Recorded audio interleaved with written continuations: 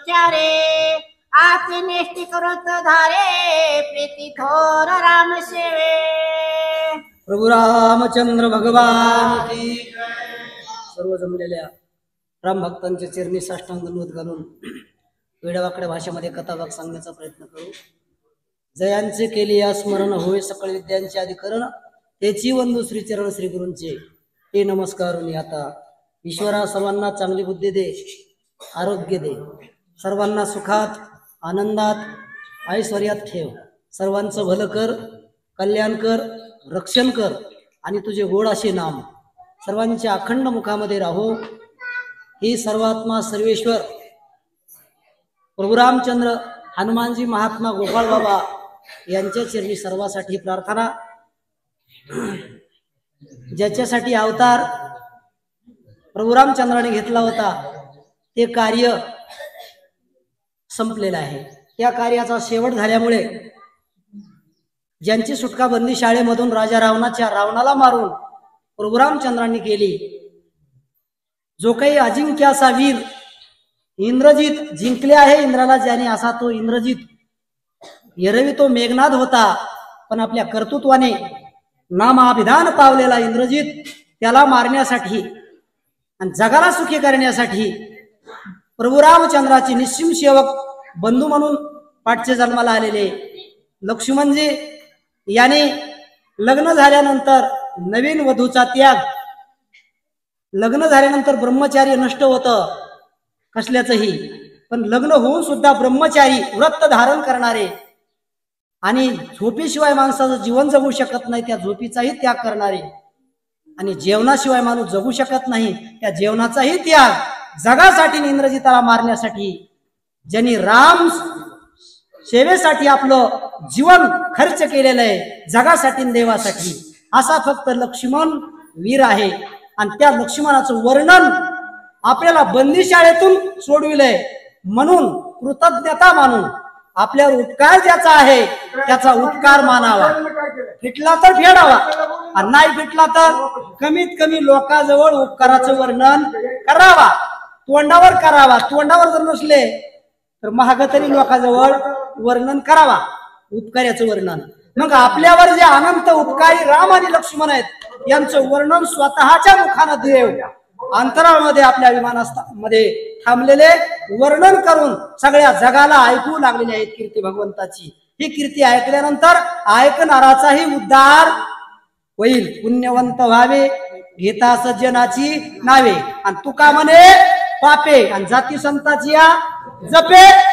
कारण भगवंताचं आणि भगवंताच्या भक्ताचं वर्णन जर आपण केलं आणि वर्णन ते जर ऐकलं साधूच्या मुखातून तर दीन जनाचा पापी लोकांचा उद्धार झाल्याशिवाय राहत नाही। अशी कथा जाहीर त्या ठिकाणी रामाची त्या देवाच्या मुखातून पृथ्वी तलावर झालेली आहे म्हणतात। आणि वार प्रेमातील निमेष रामे सवे नटळे तेने भजने सामर्थ्याले दृष्टवतील इंद्रजिता। भावे विन देव नकळे निसंदेह तपे विन दैवतन दिदल्या विन प्राप्त भुजविन हित कोण सांगे, काहीतरी केल्याशिवाय काही मिळत नाही। इंद्रजित मारायला एवढा सोपा नव्हता। 33 कोटी देवता आणि देवताचा प्रमुख असलेला इंद्रदेव यालाही जिंकून बांधून ज्यानं बंदी शाळेमध्ये कामाला लावलं होतं बापाच्या कामाला।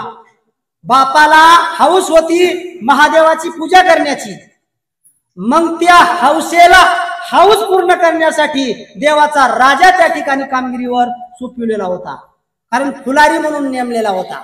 रुचिरोज नवीन फुले महादेवाच्या पूजेसाठी स्वतःच्या बापाला आणून द्यायचे तो इंद्रदेवा।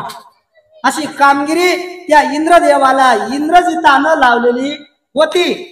असा इंद्रजित मारण्यासाठी त्या लक्ष्मणाला इतकं तप करावं लागलं होतं, झोपेचा आणि जेवणाचा त्याग आणि नैष्टिक ब्रह्मचारी व्रत धारण करावं लागलं होतं आणि त्यामुळे तो मरण पावलेला होता आणि त्याच्या तावडीत असलेलं जग बंधनातून सुटलेलं होतं, सुखाची प्राप्ती झालेली होती। मग अशाचं वर्णन किती जरी केलं तरी कमीच आहे। येणे मुखे तुझे वर्णी गुण नाम किती जरी वर्णलं तरी वर्णन होत नाही. सहस्त्रमुखाचा वर्णिता भागला हर्षजया झाला तेने सुखे. हजार तोंड कुणालाच नाहीत, एका तोंडाच्यानं वर्णन होत नाही आणि एक तोंड असून सुद्धा वर्णन करीत नाहीत. पण हजार तोंड ज्याला त्याला किती तोंडाचा अभिमान पाहिजे, पण त्यानं अभिमानाचा त्याग करून हजार तोंड असलेल्या शेषानं त्याचं वर्णन एवढं केलं की 1000 जीबीच्या 2000 जीबी होईपर्यंत वर्णन केलं. आणि त्यावेळेस असा भक्त जगामध्ये कुणी नाही, त्यावेळेस देवाला त्याचा आनंद झाला. असा आनंद देवाला झाला होता का? आपली कामगिरी जो करतो त्याचा आनंद, ज्याचं काम केलं त्याला होणारच ना.